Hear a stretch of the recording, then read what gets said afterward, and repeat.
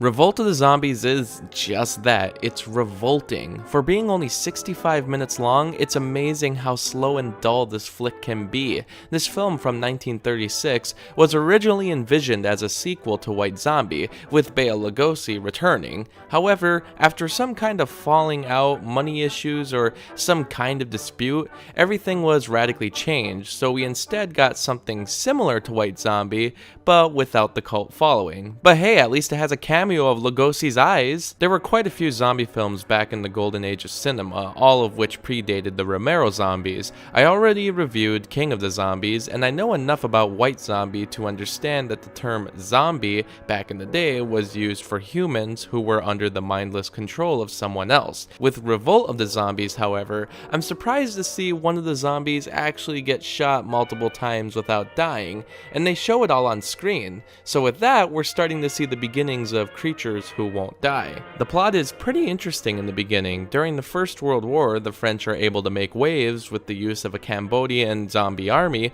under the control of a priest. However, he's condemned to life in prison when the generals don't look fondly at this zombie knowledge. In fact, one of the generals calls it the death of the white race. Wow, we're throwing in some context for colonial power during the 20th century and the fear associated with different races.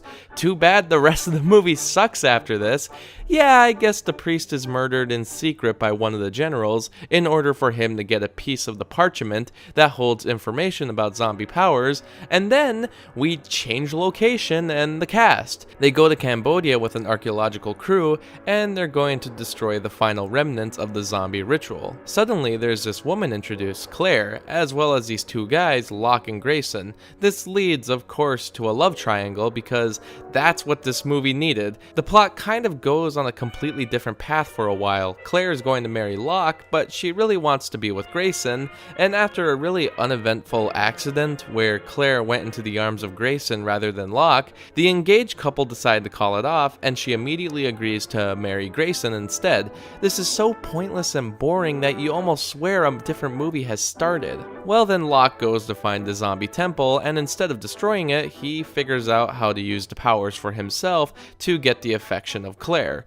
There is a really obnoxious chase through this pond using the worst projection shots I have ever seen. Oh, and I bet you're wondering, since Locke is now becoming the villain, what happened to the other general who killed the priest? Well, he's just gone from the movie now. All that build-up for nothing. Locke goes crazy with the mind control, making nearly everybody a zombie, even Grayson.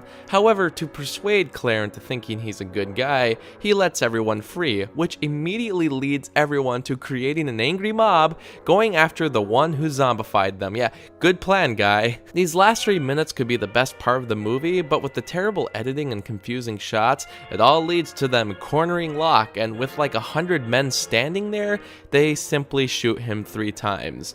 What a letdown. This felt like a 3-hour movie. It was tedious and boring, with a majority of the exposition being completely unnecessary. So many times you'd think there would be a better way to get certain points across, but it's almost like they're intentionally wasting time.